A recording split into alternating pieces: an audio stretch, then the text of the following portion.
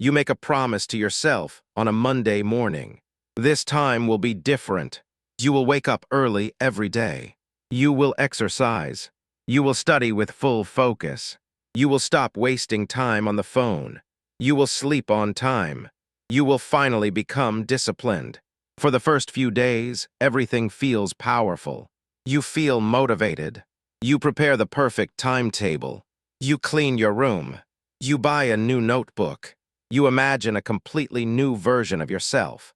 Then life becomes normal again. One busy day appears. You miss the workout. One tired evening comes. You skip the study session. One late night happens. The morning routine disappears. Within a week or two, the whole plan is gone. Then you feel frustrated and ask the same question again. Why do I always start strong and stop? That question is exactly why this lesson matters. This video is inspired by the ideas in Atomic Habits by James Clear, but explained here in a simple, original InnerRise way. The central lesson is not that you are lazy. It is not that you have no potential. It is not even that you lack motivation. Most of the time, your habits fail because your system fails. You try to change too much too fast. You depend on motivation instead of structure. You focus on the goal, but not on the daily environment that produces the result. You try to become different in one dramatic jump. Real change usually grows through small, repeated actions. Tiny steps can look weak in the beginning, but repeated tiny steps create identity, progress, and stability. This is why someone who walks 10 minutes a day may eventually build a real health routine, while someone who begins with a huge, painful workout plan may quit quickly. It is why someone who studies 20 focused minutes every day may outperform the person who waits for long, perfect study sessions. It is why a person who saves a little regularly often becomes more financially stable than someone who makes big promises and then loses consistency. Habits shape ordinary life. They shape your health, money, confidence, work, relationships, and peace of mind. A habit is not just a repeated action. It is a vote for the kind of person you are becoming. If you repeat distraction, you become more distracted. If you repeat discipline in small ways, you become more reliable. If you repeat avoidance, avoidance becomes familiar. If you repeat action, action becomes easier. This does not mean one mistake destroys you. It means daily repetition matters more than emotional intensity. So in this video, we will explore why habits disappear, how tiny changes become powerful, why identity matters more than motivation, how environment controls behavior, and how to recover without quitting when life becomes imperfect. The goal is not to become perfect. The goal is to build a life where good habits become easier to keep. Chapter 1. Why you start strong and stop so fast. Many people believe they fail because they do not want success enough. But desire is usually not the problem. Most people want better health. They want focus. They want better grades, better routines, more money, less stress, and a stronger mind. The problem is that wanting a result and building a repeatable system are not the same thing. A common mistake is trying to change your life through intensity. You decide that from tomorrow, everything will become different. You set 5 or 6 major goals at the same time. You want to wake at 5, exercise for an hour, study 3 subjects, drink more water, stop using social media, and sleep early. It sounds impressive. It also creates too much friction. Real life is still there. Classes, travel, work, family, tiredness, distractions, and bad moods do not disappear because you made a plan. When the plan is too large, one difficult day can break the entire structure. A real-life example makes this clear. A student decides to prepare seriously for semester exams. On day 1, the student creates a strict routine: wake at 5, exercise, study 3 hours in the morning, attend college, study 4 more hours in the evening, no phone, no entertainment. For 2 days, the student follows the routine with great energy. On the 3rd day, college runs late, and the student returns home tired. That evening, only 1 hour of study happens. Now guilt appears. The student feels the routine has already failed. The next morning, waking up at 5 feels harder. Soon the whole plan collapses. The real problem was not weak character. The problem was that the routine had no flexibility and demanded too much from the beginning. Another reason people stop quickly is that they fall in love with the result and ignore the process. You imagine losing weight, becoming fluent, earning more money, or becoming highly disciplined. The image of the future feels exciting, but habits are built in the ordinary present. The present includes repetition. Repetition often feels boring. It is easier to dream about being fit than to walk every day. It is easier to imagine a top score than to revise small topics daily. It is easier to think about being calm than to practice putting the phone away each night. If you love the result but dislike the daily process, your motivation will be unstable. You will act when excitement is high and stop when excitement is gone. Another mistake is depending on mood. Many people say, "I will do it when I feel motivated." But motivation is inconsistent. Some days you feel ready. Some days you feel slow, distracted, emotional, or tired. If the habit works only on good days, the habit is weak. A stronger habit is small enough to continue even on ordinary days. Imagine a man who wants to start reading. He tells himself he will read 50 pages every night. For a few days, he does it. Then one long workday comes. He feels exhausted. 50 pages seems heavy, so he skips the habit. The next day, skipping feels easier. Soon the routine disappears. If the goal had been 5 pages, the habit might have survived the tired day. That sounds too small to many people, but small habits win because they are easier to repeat. Starting strong and stopping quickly also happens when your habit is based on emotion rather than design. Maybe you exercise after watching a motivational video. Maybe you study after hearing a successful story. Maybe you clean your room after feeling suddenly inspired. Emotion starts the action, but no environment supports continuation. The shoes are not ready. The study table is cluttered. The phone is nearby. There is no fixed time. There is no clear trigger for the habit. Without a system, the emotional moment passes. One more reason habits fail is impatience. You want visible results quickly. If the weighing scale does not change in a few days, you lose interest. If your focus does not improve in 1 week, you get disappointed. If your savings still feel small, you feel the habit is meaningless. This is dangerous because habits often create invisible progress before visible progress. Walking daily may first build identity before body change. Studying daily may first build mental discipline before marks improve. Saving small amounts may first build trust before the total becomes impressive. When people do not see fast results, they wrongly believe nothing is happening. Then they stop just before the habit had a chance to become powerful. Consider another real-life example. A young employee decides to save money every month. The amount is not huge. After 3 months, the total still looks small compared with larger future goals. The employee feels this is nothing and starts spending freely again. But the most valuable thing had already begun. The saving habit was building a new relationship with money. If continued, it would eventually become meaningful. Small actions often look weak early and powerful later. Bad habits work in the opposite way. Scrolling for a few extra minutes looks harmless now, but repeated daily it weakens attention. Skipping one workout looks harmless now, but repeated often it builds inconsistency. Buying one unnecessary thing feels harmless now, but repeated often it damages savings. Good habits often look weak in the beginning and strong later.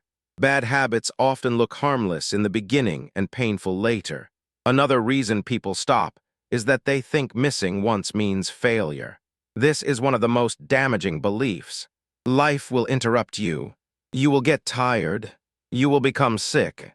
Travel, family responsibilities, exams, and low-energy days will happen. If your habit system cannot survive imperfection, it will not survive real life. The strongest habit mindset is not, I will never miss. It is, when I miss, I return quickly. Starting strong is easy because excitement creates energy. Continuing quietly is harder because continuation depends on design, not emotion. So the lesson of this chapter is simple. You do not need bigger promises. You need smaller habits, clearer systems, and more patience with slow progress. Chapter 2, The Hidden Power of Tiny Changes. One of the most useful ideas in Atomic Habits is that tiny changes matter more than people think. Most people ignore tiny changes because they seem too small. One push-up feels small. One page feels small. 10 minutes feels small. Saving a little amount feels small. Waking up 15 minutes earlier feels small. Because the action feels small, people think the result will also stay small. But repetition changes the meaning of small actions. A tiny action done once is small. A tiny action done daily becomes a direction. And direction matters. Imagine two airplanes leaving the same airport. One changes direction by only a few degrees. At the beginning, the difference looks almost invisible. Hours later, the destination becomes completely different. Habits work in a similar way. A small, repeated action may not change your week dramatically, but over months and years, it can change your identity, health, income, confidence, and emotional life. A real-life example shows this clearly. A student decides to study only 20 focused minutes every evening after dinner. That sounds modest. Other students may talk about studying for 4 or 5 hours. But the 20-minute habit continues. It becomes normal. On difficult days, the student still does something small. Over time, the student builds focus, memory, and trust in their own consistency. Another student studies in dramatic bursts. 5 hours one day, then nothing for 3 days. This second student may feel more intense, but the first student often becomes stronger because repetition beats emotional bursts. Tiny changes work because they reduce resistance. A huge habit requires high energy. A tiny habit asks less from you. The smaller the starting action, the easier it is to begin. And beginning matters more than people think. Many important behaviors fail at the starting point. You do not fail because the workout itself is impossible. You fail because getting ready feels heavy. You do not fail because reading is impossible. You fail because opening the book feels easier to delay. You do not fail because saving is impossible. You fail because deciding each time feels tiring. A tiny version lowers the barrier. Read one page. Put on the shoes. Write one paragraph. Save a small fixed amount. Meditate for 2 minutes. The purpose of the tiny habit is not only the immediate result. The purpose is to make the action repeatable. People often say, but one page is too little. That can be true if one page is your final goal forever. But one page is powerful if it helps you become a person who reads every day. A tiny habit builds the doorway. Later, you can increase it naturally. Another reason tiny changes matter is that they create proof. Each small, repeated action becomes evidence. If you meditate for 2 minutes every morning, you collect evidence that you are someone who keeps promises to yourself. If you write a few lines daily, you collect evidence that you are a writer. If you avoid one unnecessary purchase repeatedly, you collect evidence that you can manage money better. Confidence is not built only by thinking positively. Confidence is often built by seeing yourself act. Tiny habits give you more chances to see yourself act. Consider a real-life example from health. A woman wants to become more active, but previous big exercise plans have failed. This time she chooses one simple habit. After breakfast, walk for 10 minutes. That is all. At first, it does not feel exciting. It also does not feel overwhelming. After a few weeks, the walk becomes normal. Some days it becomes 15 or 20 minutes. Some days it stays at 10. What matters is that the identity is changing. Movement is no longer a dramatic event. It is part of daily life. That is how lasting habits begin.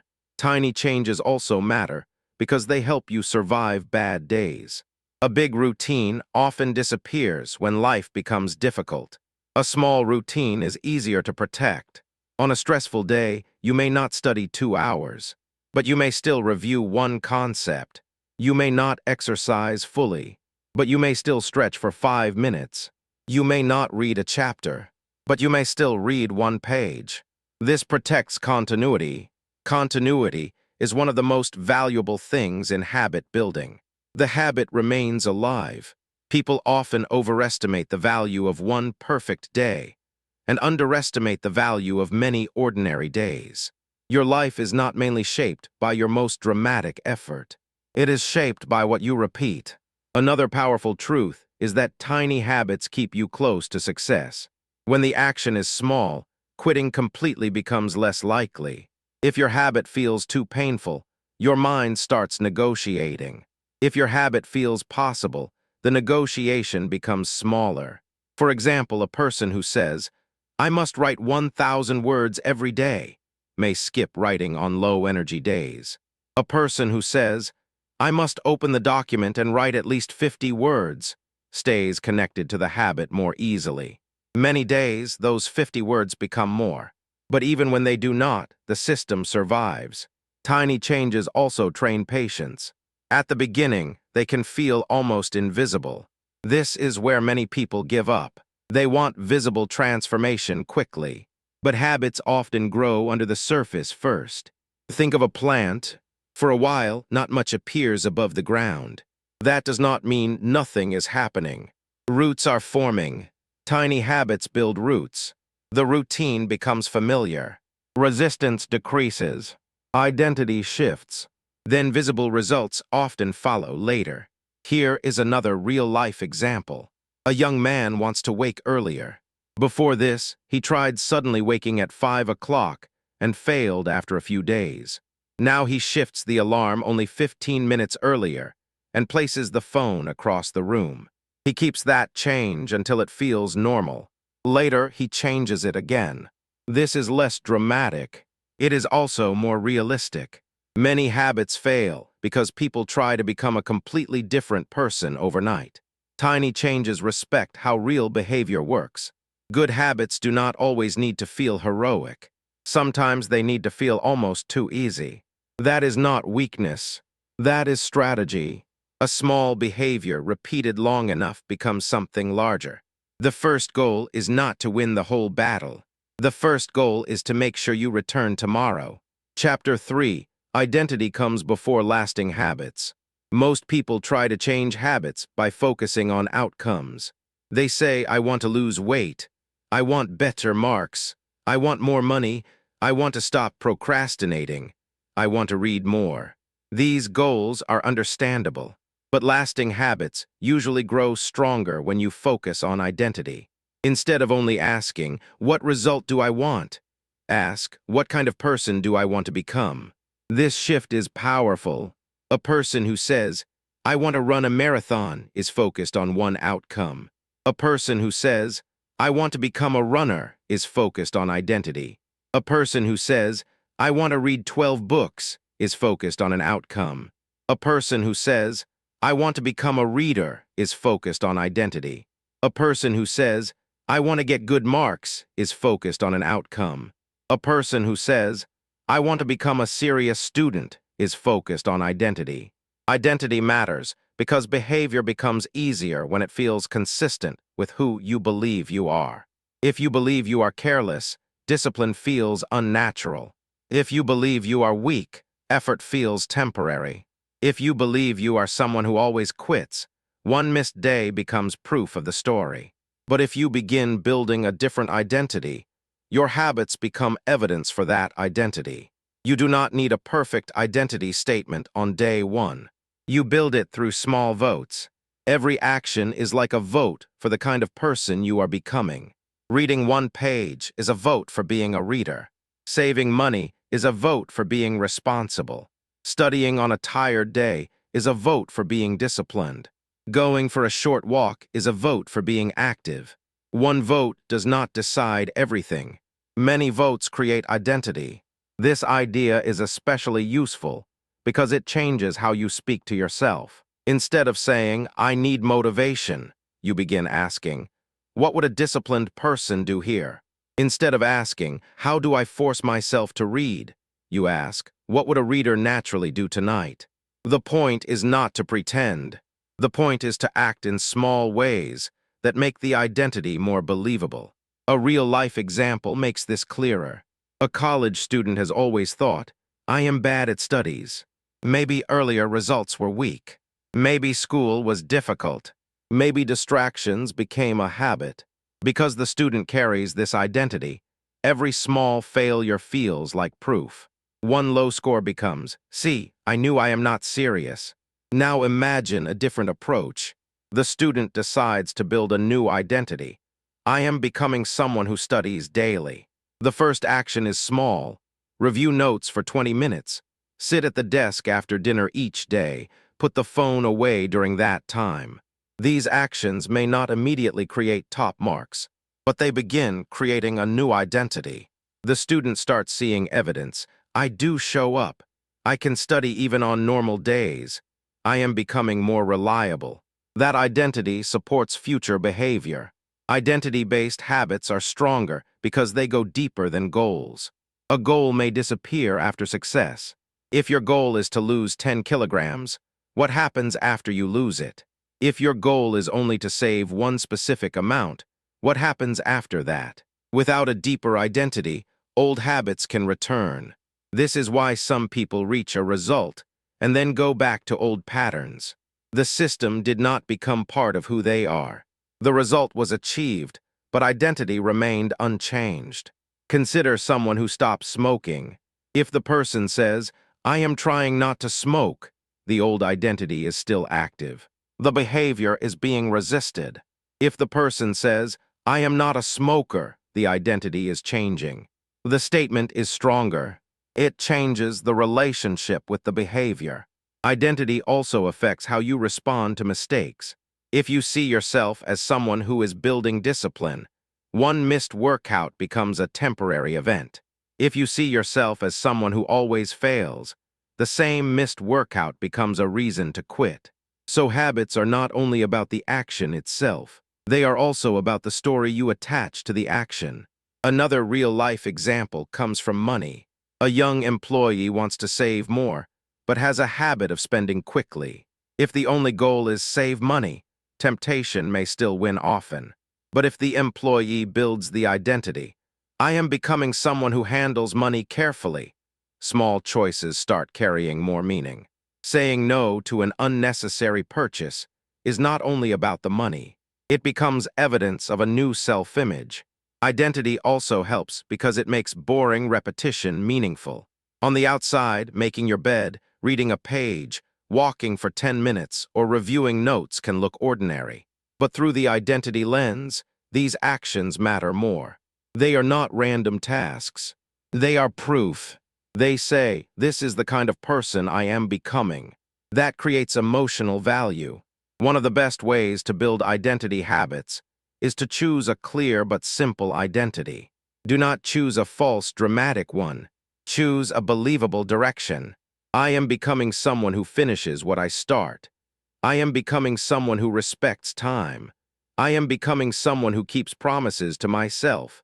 I am becoming someone who learns every day. I am becoming someone who takes care of health. Then ask, what small action proves this identity today? That question is practical. You do not need to prove the identity in one huge act. You prove it through repetition. Identity change is powerful because it creates internal stability. When you act only for outcomes, your habit depends on external success. When you act from identity, the habit gains an internal reason. You do it because it matches the person you want to be. This does not mean outcomes are unimportant. Outcomes matter, but identity helps you survive the long middle period before outcomes become visible. During that time, identity says, keep going, this is what people like you do. And over time, the phrase stops feeling like imagination. It starts feeling true. Chapter 4, Why Environment is Stronger Than Motivation. People often talk about discipline as if it lives only inside the mind. They imagine that strong people resist temptation through pure willpower. Willpower matters, but environment matters more than many people realize. Environment shapes what you see, what you remember, what feels easy, and what feels difficult. If distraction is always visible, distraction becomes easier. If the good habit is hidden, delayed, or inconvenient, the habit becomes weaker. This is why motivated people can still fail in bad environments, and it is why ordinary people can improve dramatically in better environments. A simple real-life example is studying. A student says, "I cannot focus." But what does the environment look like? The phone is on the desk. Notifications are active. The bed is nearby. Books are mixed with unrelated items. Music videos are one click away. In that environment, focus is fighting many battles at once. Now change the environment. The phone stays in another room. Only one subject is on the table. The chair is prepared. The time is fixed. The first topic is written clearly. This student does not need magical discipline. The environment is now helping. The same principle applies to habits like exercise. If your shoes are buried somewhere, your workout clothes are unprepared, and the time is uncertain, starting will feel harder. If the shoes are visible, the clothes are ready, and the workout begins at a fixed time after a clear trigger, resistance drops. Environment is not only physical, it is also social. The people around you influence what feels normal. If everyone around you studies seriously, saving becomes common, reading is respected, and health matters, your own habits are supported. If your environment laughs at effort, normalizes waste, and rewards distraction, good habits become more difficult. This does not mean you must abandon everyone. It means you should notice how your surroundings shape behavior. A young man may sincerely want to stop using his phone late at night. But if the phone is beside the pillow every night, the habit is being fed by the environment. A stronger move is not only, "I must resist." A stronger move is, charge the phone away from the bed, keep a book nearby, set the alarm earlier, make the bedroom darker and quieter. This changes the conditions. A real-life example from money is also useful. A person wants to save more, but every shopping app is on the home screen. Payment is one tap away, and marketing messages arrive daily. In that environment, spending becomes easy. Delete some apps, remove saved cards, unsubscribe from repeated promotions, create friction for the bad habit. Habits often follow the path of least resistance. People do what is easiest in the moment. If the good habit becomes easier, it becomes more likely. If the bad habit becomes harder, it becomes less likely. This sounds simple, but it is powerful. Think about water. Water flows where the path is open. Behavior often works in a similar way. Your mind also flows toward what is visible and easy. This is why cues matter. A cue is something that reminds you to begin a habit. Seeing a water bottle reminds you to drink water. Seeing a book on the pillow reminds you to read before sleep. Seeing running shoes by the door reminds you to walk. The absence of cues often weakens habits. If the guitar stays packed away, practice becomes rare. If the notebook stays hidden, writing becomes easy to forget. If healthy food is not visible, unhealthy food becomes the default. Consider a student who wants to revise daily. One approach is vague. "I will revise whenever I get time." A better approach is environmental. After dinner, sit at the desk. Open the first page already marked, study for 20 minutes. The desk becomes the cue. Dinner becomes the trigger. The marked page removes confusion. Motivation is no longer carrying the whole load. The environment is helping the habit start. Another useful idea is to design for the behavior you want to become automatic. Suppose you want to read more and scroll less. Put the book where the phone usually sits. Move the charger away from the bed. Keep the reading light ready. Make reading easier than scrolling in that moment. The goal is not to become superhuman. The goal is to make the right action easier than the wrong one. The same logic helps break bad habits. If a habit is harmful, add friction. Make it slower. Make it less automatic. Put junk food in a less visible place. Log out of distracting apps. Keep the remote away. Turn off notifications. Do not rely only on inner strength when outer design can support you. Here is another real-life example. A person wants to begin morning exercise. In the past, the alarm rings, they stay in bed, and the workout disappears.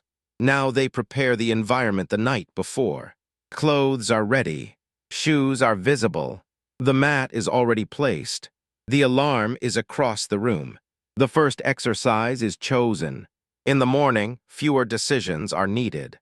Decision fatigue is a real obstacle. Every extra choice can create delay. Good environments remove extra decisions. Environment is especially important in the beginning of a habit because the habit is still weak. A strong old habit can survive difficult conditions. A new habit cannot. This is why many people fail early. They expect a weak new habit to compete with a strong old environment. That is not fair. Help the new habit. Support it. Place it where it has a chance. Another important part of environment is timing. Some habits fail because they are placed at the wrong time. You may want to study deeply immediately after a long commute, when your mind is tired. You may want to exercise at a time when family duties always interrupt you. You may want to read late at night when your eyes are already closing. Sometimes the habit does not need more effort. It needs better placement. Ask, when do I naturally have more energy? When is interruption lower? What existing routine can this habit follow? This creates a smoother path. The social environment matters deeply too. If you want a better habit, spend more time near people for whom that habit is normal. If you want to study seriously, be near serious students. If you want to get fitter, be near people who respect exercise. If you want to improve your money habits, learn from people who manage money carefully. You do not become identical to your environment, but you are influenced by it. The idea of this chapter is not that motivation has no value. Motivation can start movement, but if you must fight the same environment every day, your habit will feel heavy. Design is stronger than repeated struggle. Change what you see. Change what is easy. Change what happens by default. When the environment changes, behavior often changes more naturally. Chapter 5. Make good habits easy and bad habits hard. If you want a good habit to last, make it easy. If you want a bad habit to weaken, make it harder. This principle sounds almost too simple, but it solves many problems. People often fail because the good habit has too much friction. The action may be useful, but it asks for too many steps. The mind prefers convenience, so the question becomes, how can I make the right habit more convenient? A student wants to revise every day, but every session begins with searching for notes, cleaning the desk, charging the laptop, and deciding what to study. That is too much friction. A better system is to prepare the next session in advance. Keep the notes ready.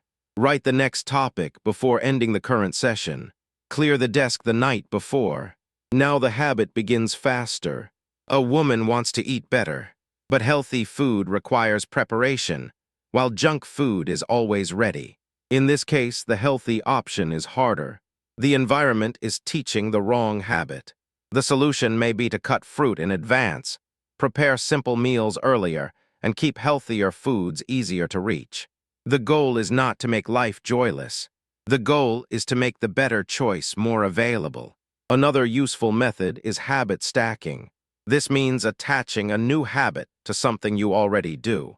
After brushing my teeth, I will meditate for 2 minutes. After breakfast, I will walk for 10 minutes. After returning from college, I will study one topic. After placing my phone to charge, I will read 1 page. Existing habits are stable anchors. They help new habits find a place in the day. Without an anchor, the new habit floats. It becomes something you should do sometime. That often means never. Ease also matters in how you start. If the first version is too hard, you will resist it. If the first version is easy, you build momentum. This is why 2 minutes can matter more than 30 minutes. Sometimes the hardest part of a habit is not doing it. It is starting it. Once you begin, continuation becomes easier. If you want to write, start by opening the document. If you want to study, begin with 5 minutes. If you want to clean, begin with one section. This is not about lowering standards forever. It is about respecting how behavior begins. Make the first step small and obvious. Now let us look at bad habits. A bad habit usually survives because it is easy, available, and emotionally rewarding in the short term. Scrolling is easy. Buying impulsively is easy. Postponing is easy. Eating unhealthy food is easy. If you want these habits to weaken, add friction. Make them slightly more difficult. For example, if social media distracts you, log out after every use. If online shopping is impulsive, remove saved payment details. If junk food is the problem, stop storing it in your room. If late-night phone use harms your sleep, charge the phone in another place. Even small friction can reduce automatic behavior. A habit that requires effort becomes less frequent. A real-life example is procrastination. A student always wastes time on YouTube before studying. The simplest change may be blocking the site during study hours or keeping the laptop offline while reading notes. Now procrastination is no longer automatic. That small barrier gives the student time to choose differently. Making bad habits hard also means making the consequences more visible. Bad habits survive when the cost feels distant.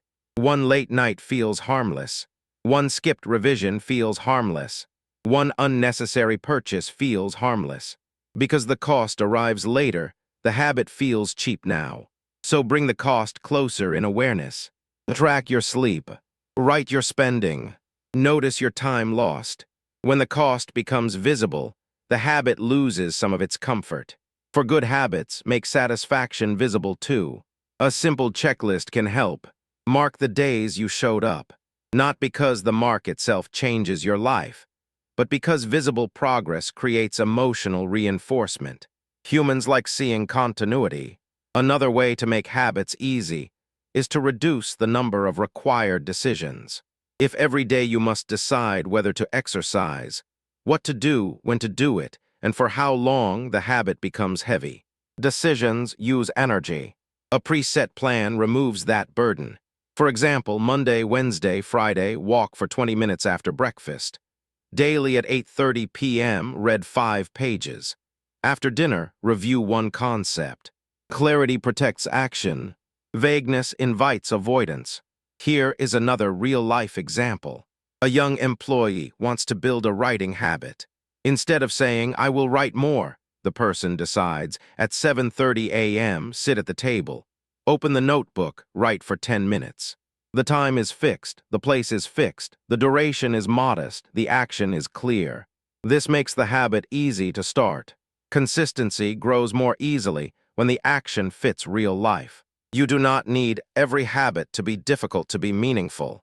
Many people wrongly respect only hard habits, but the habits that last are often the ones that fit naturally into daily life. The final lesson of this chapter is simple. Good habits should feel easier to begin than to avoid. Bad habits should feel harder to begin than before. When you change convenience, you change behavior. Chapter 6, Never Miss Twice, How to Recover Without Quitting. One of the most practical rules in habit building is this: never miss twice. Missing once is normal. Missing twice can become the beginning of a new pattern. People often destroy good habits not because they missed one day, but because they reacted badly to missing one day. A missed workout becomes a missed week. One night of poor sleep becomes a broken routine. One overspending moment becomes a month of careless spending. One skipped study session becomes a feeling that the whole plan has failed. This happens because many people think in all-or-nothing terms. They silently believe, if I cannot do it perfectly, the habit is already damaged. That belief is dangerous. Real habit strength is not shown by never falling. It is shown by returning quickly. Imagine a student who studies daily after dinner. One day there is a family event, and the session does not happen. That is one miss. If the student says, "It is okay, tomorrow I return," the habit remains alive. If the student says, "Now the routine is broken anyway," the second miss becomes more likely. Soon the identity changes from "I study daily" to "I used to be doing well." The missing day was not the real problem. The delayed return was the problem. This is why recovery is part of the habit system. You should not build habits only for perfect days. Build habits with a return path for imperfect days. A real-life example from health makes this clear. A woman begins walking every morning. For 2 weeks she stays consistent. Then one day heavy rain comes. She misses the walk. If she treats that day as failure, motivation drops. If she says, "Rain interrupted me, but the habit continues tomorrow," consistency remains. This sounds simple, but psychologically it is powerful. You protect the identity. The habit is still yours. Another reason the never miss twice rule works is that it prevents shame from growing. Shame often says, "You ruined it. You are back to your old self. You never stay disciplined." Those thoughts make returning harder. The second day feels emotionally heavier than the first missed day. That is why fast recovery matters. The quicker you return, the less shame builds around the habit. A useful way to recover is to lower the habit temporarily. If your usual study session is 1 hour and you missed yesterday, return with 20 minutes. If your usual walk is 30 minutes and today feels difficult, do 10 minutes. If your usual reading is 10 pages, do 2 pages. The purpose is not to protect your pride. The purpose is to protect continuity. Small recovery beats dramatic guilt. Some people fail because they wait to feel right before returning. But recovery often creates the feeling. You start small, and confidence returns after action. Waiting for perfect readiness often delays the return. Here is another real-life example. A young man is trying to save money. 1 month he overspends because of a festival and impulse purchases. He feels disappointed. If he says, "This month is already bad, so I may as well continue spending," the damage grows. If he says, "This month was imperfect, but next salary I restart with the same simple amount," the system survives. Recovery protects direction. You do not need a perfect record. You need the ability to reconnect with the routine. Another important skill is separating setbacks from identity. Do not say, "I am inconsistent." Say, "I missed 2 days." The first statement attacks identity. The second describes an event. Events can be corrected. Identity attacks usually create helplessness. This small language shift matters more than it seems. You should also expect setbacks in advance. Travel, exams, low-energy periods, sickness, and stress will happen. Ask before they happen, what is my minimum version during hard weeks? What is my restart plan if the habit breaks briefly? How will I know I am drifting? For example, during exams, exercise becomes a 10-minute walk. During travel, reading becomes 1 page. During stressful weeks, spending still gets tracked even if the amount saved becomes smaller. This creates resilience. A rigid system breaks. A flexible system survives. Another helpful method is keeping the habit obvious in your mind, even when action becomes smaller. Suppose you cannot fully exercise because of a busy period. Keep the shoes visible. Keep the walking time in your schedule. Do a lighter version. The message remains, this habit still belongs in my life. Completely removing the cue, and the structure makes returning harder. You can also use visual proof of return. Mark the day you came back. Celebrate the restart more than the perfect streak. Why? Because life will test your streak. What will protect you long-term is not the number of unbroken days. It is the confidence that you know how to restart. That is the real superpower. Many people give up because they think one bad week erased all earlier effort. That is not true. The earlier effort still mattered. It built skill, awareness, and identity. You are never exactly starting from zero. You are starting from experience. Another practical rule is, do not let a bad day become a bad story. A bad day is normal. A bad story sounds like, I can never stay consistent. I always fail. There is no point trying again. These stories damage future effort more than the missed day itself. Replace the story with something accurate. I had a difficult day. I missed once. I am returning. I am learning how to be consistent in real life. That story creates movement. One more real-life example is from sleep. A person builds a routine of sleeping earlier. One weekend, the timing becomes late because of guests and noise. The next night, they feel tempted to continue sleeping late because the schedule already changed. This is where the rule matters. Return the next night. Do not let one unusual night become a new default. Habits drift when exceptions become accepted patterns. The deeper lesson here is that perfection is not the target. Recovery is. Strong people are not people who never miss. They are people who return before the gap becomes their new identity. Chapter 7. Build a simple habit system that lasts. At this point, the main lesson is clear. Habits do not last because of excitement alone. They last because of a simple, repeatable system. So how do you build that system?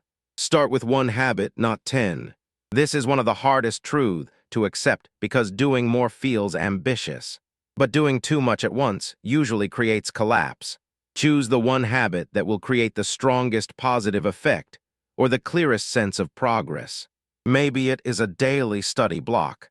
Maybe it is walking. Maybe it is sleeping on time. Maybe it is tracking spending. Maybe it is reading. Choose one anchor habit and build from there. Next, make the habit small enough to survive real life. Do not begin with the maximum version. Begin with the minimum version that still feels meaningful. 20 minutes of study, 10 minutes of walking, 5 pages of reading, a simple savings rule, 2 minutes of planning for the day. Then decide the cue. When will this happen? After breakfast, after dinner, at 7 p.m. before sleep. The cue should connect to something stable. Next, prepare the environment. What must be visible? What must be removed? What can be made easier? What friction can be reduced? Then decide the identity you are building. I am becoming someone who studies daily. I am becoming someone who respects health. I am becoming someone who handles money carefully. I am becoming someone who finishes what I start. This identity gives the habit meaning. Then make tracking simple. Do not create a complex system that becomes another burden. A small notebook, a calendar mark, or a checklist is enough. You only need a way to see whether you showed up. Now plan for bad days. What is the minimum version? What happens if you miss once? How will you restart? This is where many systems become stronger than ordinary plans. They include recovery.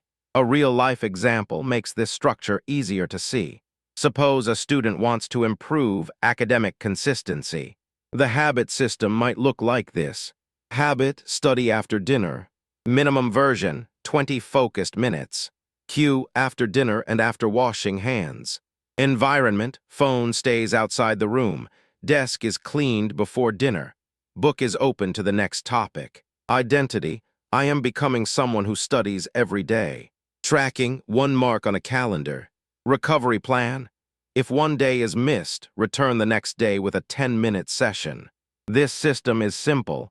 That simplicity is a strength. A more complicated plan might look impressive, but become difficult to maintain. A person who wants better health might create this system. Habit, walk after breakfast. Minimum version, 10 minutes. Cue, immediately after breakfast. Environment, shoes ready by the door. Water bottle filled. No sitting down again after breakfast. Identity, I am becoming an active person. Tracking, a simple habit tracker. Recovery plan. If the full walk is not possible, do 5 minutes or stretch instead. This is how habits become part of daily life. Another key idea is to build slowly. Once the first habit feels stable, then you add another. Do not add a new habit every time you feel excited. Let stability come first. The problem with many self-improvement journeys is that people constantly restart. A new notebook, a new timetable, a new app, a new promise. What they need is not a new beginning every week. They need one system that survives long enough to become ordinary. Ordinary is powerful. When the habit becomes normal, it stops requiring large emotional effort. That is the stage you want. You also need honesty. If a habit keeps failing, ask why. Is it too large? Is the cue weak? Is the environment distracting? Is the timing wrong? Am I trying to do too many habits at once? Am I expecting fast, visible results? Do not only blame yourself. Study the system. A broken system teaches more than self-criticism. Another important part of a lasting habit system is satisfaction. Make the process feel rewarding in a healthy way. Enjoy crossing off the day. Enjoy a clean study desk. Enjoy the calm after walking. Enjoy the feeling of control after saving money. The habit should not feel like pure punishment. Good habits last longer when they connect with some form of immediate satisfaction. This does not always mean pleasure. Sometimes it means peace. Sometimes it means pride. Sometimes it means clarity. But the habit should not only promise a reward far in the future. You should feel that it improves something now. A final real-life example can bring all of this together. A young employee wants to stop wasting evenings and start personal growth. The old pattern is come home, scroll the phone, eat late, sleep late, wake tired. Instead of trying to change everything at once, the employee builds one simple system. After dinner, put the phone away for 20 minutes and read 5 pages. That is all. The book stays on the table. The phone charges in another room. A calendar mark is made after reading. For several weeks, that habit becomes stable. Then a short evening walk is added. Later, sleep timing improves naturally because scrolling reduces. One small habit begins influencing other parts of life. That is another secret of habit systems. One well-placed habit can create a chain of improvement. You do not need to control your whole life at once. You need to create one stable point and build from there. If your habits have failed before, it does not mean you are weak. It does not mean you are not meant for discipline. It often means you were using the wrong method. You were depending on emotion instead of system. You were trying to change too much at once. You were chasing dramatic progress instead of repeatable action. You were focusing on outcomes while ignoring identity and environment. The ideas from Atomic Habits matter because they are practical. Start smaller. Repeat consistently. Build identity. Design your environment. Make good habits easy. Make bad habits hard. Recover quickly. Never miss twice. And most importantly, remember this. A habit is not just about today's result. It is a vote for the person you are becoming. Every time you study when it would be easier to avoid, you cast a vote. Every time you walk instead of staying still, you cast a vote. Every time you save instead of spending carelessly, you cast a vote. Every time you return after a bad day, you cast a vote. Do not look for a perfect life in 1 week. Look for a better direction repeated many times. That is how ordinary people create extraordinary change. Not through one dramatic moment, but through small actions that become part of who they are. Your next habit does not need to be huge. It only needs to be clear, small, and repeatable. And if you can protect that one habit long enough, your life may start changing in ways that feel almost invisible at first and undeniable later.